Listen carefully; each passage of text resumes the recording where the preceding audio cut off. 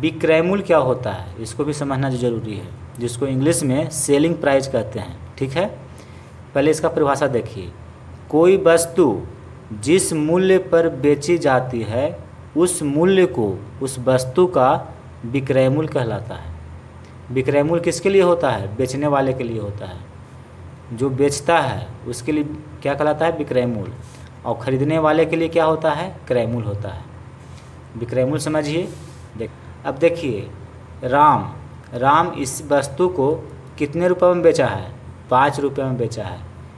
तो ये जो 5 रुपया का जो राशि है इस राम के लिए क्या कहलाएगा? विक्रय मूल्य कहलाएगा।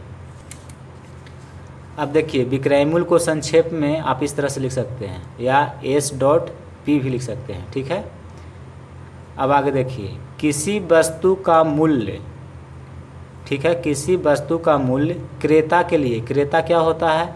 जो खरीदने वाला होता है उसको बोलते हैं क्रेता। यहाँ पे श्याम क्या है? क्रेता है। ठीक है, जो खरीदता है उसको बोलते हैं क्रेता। क्रेता के लिए क्रय मूल्य तथा वही मूल्य विक्रेता के लिए विक्रय मूल्य कहलाता है। अब आप यहाँ पे समझना होगा कि क्रेता किसको कहेंगे और विक्रेता किसको कहेंगे।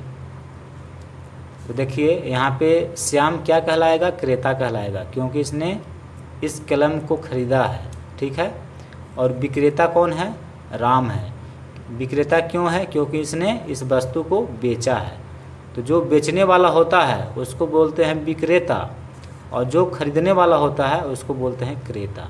ठीक है, तो ये राशि क्रेता के लिए क्या कहलाएगा? क्रय मूल्य कहलाएगा। और यही राशि विक्रेता के लिए, जो बेचा है उसके लिए ये विक्रय मूल्य कहलाएगा। वही यहाँ पे हम लिखे हैं नोट में कि किसी वस्तु का जो मूल्य होता है वो क्रेता के लिए क्रय मूल्य कहलाता है तथा वही मूल्य विक्रेता के लिए विक्रय मूल्य कहलाता है। यहाँ आपको हम बता रहे थे कि ये जो राशि है इसके लिए क्रय मूल्य है और यही राशि इसके लिए विक्रय मूल्य है, क्योंकि इसने इस दाम पर इस वस्तु को बेचा है तो ये विक्रय मूल्य है इसके लिए।